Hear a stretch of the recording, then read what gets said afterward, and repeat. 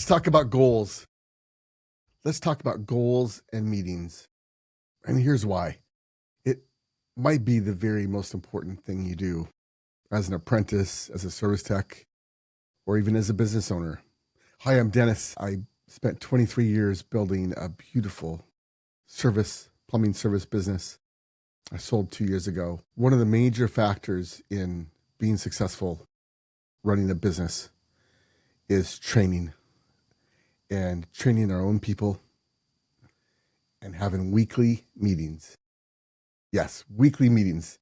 Meetings get a lot of hate. A lot of people don't like meetings. And I hear so many contractors don't even have meetings. And maybe you're small and you have no one to have a meeting with. Or maybe your company's not having meetings, but you can still have a meeting with yourself. I think it's super important. You know why? Have you ever heard the phrase measurable results in measurable time? It's not how you say it. It's measurable results in reasonable time. What's a reasonable time? How about every week? How about check in every week to see if you're on track or off track? With what? With goals. So what are goals? The reason we're talking about goals is because it's almost October. In a week, it's going to be October. Guess what October is? It's the first month of the fourth quarter. So it's a great time to establish some goals. In my company, one thing I'm doing is I'm bringing to you the things that I did in my business to help my apprentices and my service techs and ultimately my business be very, very successful. And one of them was establishing goals, 3, 6, and 12-month goals, 3 personal and 3 professional. Like 3 things about the personal life, like maybe how much you bench press, or weight to lose, or money to save, right? Or dates to go on with your wife, right? Shoot, I should write that down, actually. And then professional ones, like I want to get 10 hours of overtime, or I want to save 20% of my paycheck, or I want to get $1 raise, right, in the next 90 days. And then you write those things down, and what happens is, well, they come true. They come true, especially if you check in on yourself every week and say, am I moving for or away from those goals? And some goals you're gonna make good progress on, and some you're gonna make no progress on. And that's where you want to work on. Then it's like, first, if you're making good progress, you get to celebrate, right? And if you haven't made enough progress, you need to go, oh, I need to make some adjustments to what I'm doing, to what I'm getting done, or how I'm doing things. That's why we weigh ourselves. Maybe not when you're young, but when you get older, you start weighing yourself, and it's like you can see really quickly, oh, I can't do that very many days in a row, right? Or, oh, I should do that. Well, look at that. When I walk 5 miles, it works, right? And so you have to measure yourself. And then how often do you measure yourself? Maybe daily, but the check-in once a week. That's what the meeting's about. That's what I did at my company. Every week we would check in on our numbers. Think about it. In football, it's football season right now. And what happens about every 12, 15 minutes? The quarter ends, and what do? You see them all on the sidelines, and they're on the sidelines, and they're all looking up and looking at the score, and they're maybe doing some things, right? And maybe they're making some adjustments.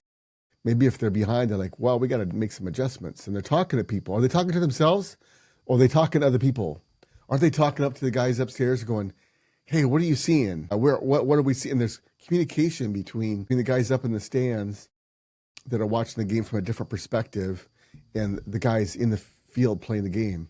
You know what? It's hard to think of everything when you're playing the game. Have you ever noticed that? And so every quarter they're coming in and huddling up and saying, okay, we're on the right track. We're on the right track. Or, dude, we got to stop that. We got to turn things around. We got to make some adjustments. Do you make adjustments at the third quarter, or you can't go too long? So after the first quarter, it's like, hey, are we doing well or not? And if we're doing well, let's just keep doing that, right? congratulations, we're up by 7, right? Or if we're down by 14, it's like, hey, we got to stop doing that. And then usually you get some information from someone else about, hey, what are you seeing that I'm not seeing? I'm doing my best down here and I'm getting my butt kicked, right? So that's what the meeting's about. The meeting is coming together and acknowledging the truth about our performance. And we get to celebrate some things. And we're probably some things we need help with. And if we need some help, we need some added perspective. Because everyone does the best they know how to do, right? No one does worse than they know how. But like we all try to do our best. And so if our best isn't good enough, well, we need an outside perspective. A perspective from someone that's had success, someone that has been there for a while, done that for a while, and sees things a little bit more clearly. Maybe because they're not you, right? Maybe because they're an interested, disinterested. Sometimes you're so engaged you can't see the forest for the trees, right? And so you need someone that's up above and looking down and saying, "Oh, it's easy. Look, just do this here," right? So that's what the meeting's for, coming together with other people that have been down the road or see things from a different angle and get some help. Get some help. And don't wait 30 years and be in your 50s and say, hey, things didn't work out quite like I hoped. That's not what you do. No, you set some goals, 3, 6, and 12-month goals. You write them down so they're real, and they got to be smart. You know what smart is? Smart is specific, measurable, achievable, relevant, and time sensitive. Like a goal isn't, I want to make more money next quarter. Well, yeah, so does everybody else. How do I celebrate that? No, it's got to be specific. I got to get $1 raise, right? It's got to be measurable. It's $1. I get a raise. It's $1. It's achievable. Is it achievable to get $1 raise? Probably. And is it relevant? Yeah, that'll change things a little bit, right? That will get me up the ladder a little bit more. And is it time sensitive? Not yet. I got to put a deadline by December 31st. Now I got a smart goal. Now, what happens when we get that $1 raise October 29th? Dude, that's pretty cool. Congratulations, man. Congratulations. You're ahead of schedule, right? Now you can put some more energy into some other goals, right? But what's really cool about October 29th is you get to celebrate. This is the day I got a raise. More than a month ahead of schedule. Wow, if I can do that, I could probably do it again and maybe even better. So you might set a goal to get a $2 raise next quarter, right? Like, why not stretch a little bit?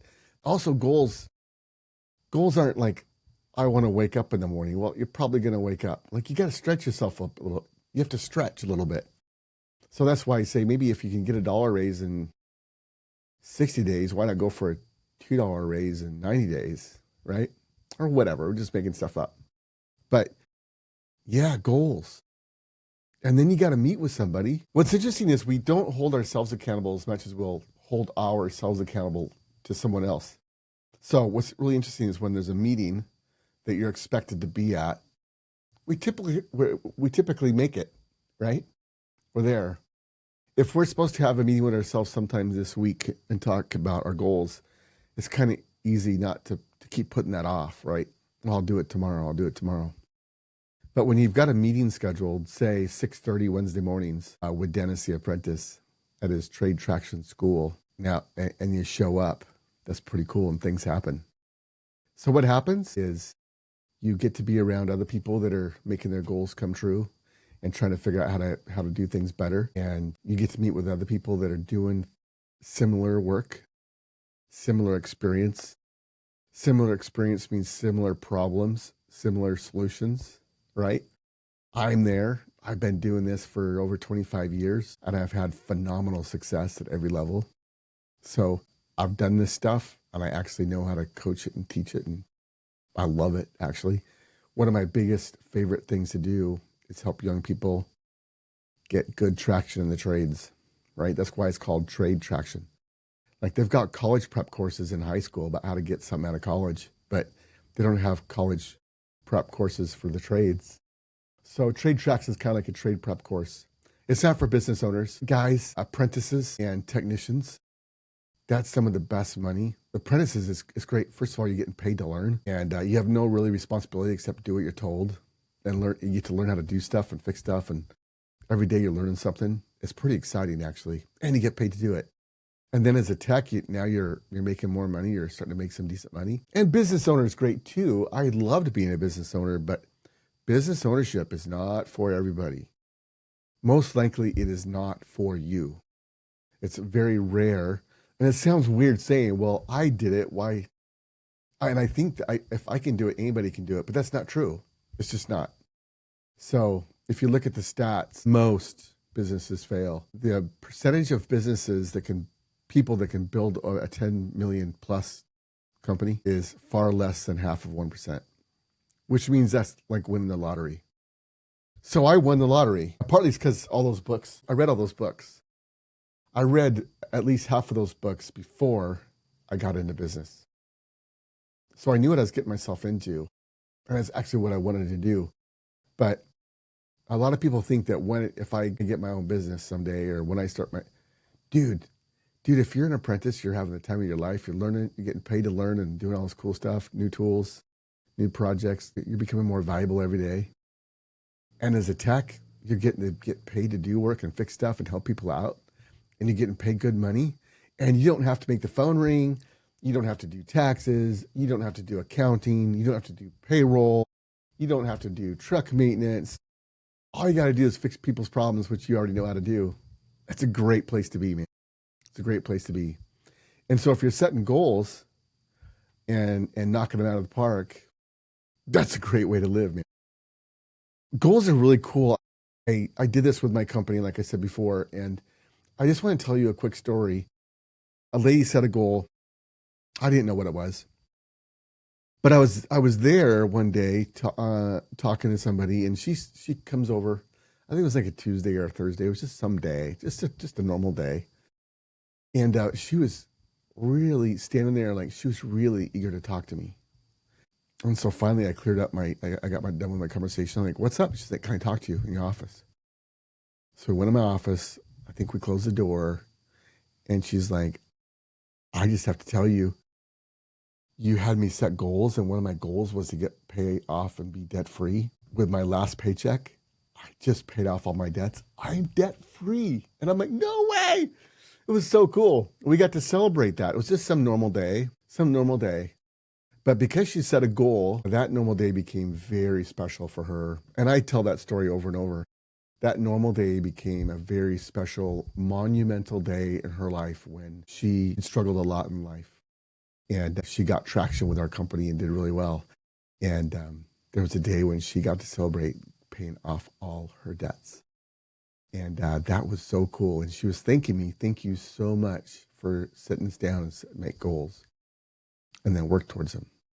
So goals, let's go. Let's set some goals. And then have your weekly meetings. And if you don't have, maybe your shop has a weekly meeting, right? Great. If they don't, join us. Join me. I have a sales service meeting every Tuesday morning, 6:30 Pacific Standard Time. And then I have an apprentice meeting where we talk about how to be a better apprentice and how to get more out of your apprenticeship. And then we go over code and we make it fun. And we look at our goals and we celebrate as we make our goals come true. And you know what? Birds of a feather flock together. Do you want to be, people that set goals are way more. I'm not prepared here today to tell you what the study shows, but it's like people that set goals are phenomenally more successful than people that don't set goals. It's fact. So if you want the most out of your apprenticeship, if you want the most out of your service career, if you want the most out of the trades, get yourself in a weekly meeting at your own company or join us at Trade Traction. I'll put a link down below, and I'd love you to come and check it out. We meet every Tuesday and every Wednesday. And once there's enough business people that are interested, I'll start a Thursday morning. I love business too, but my main passion is helping youngsters get going in the trades. The trades are the place to be. Dude, if you're in the trades, you know the home run?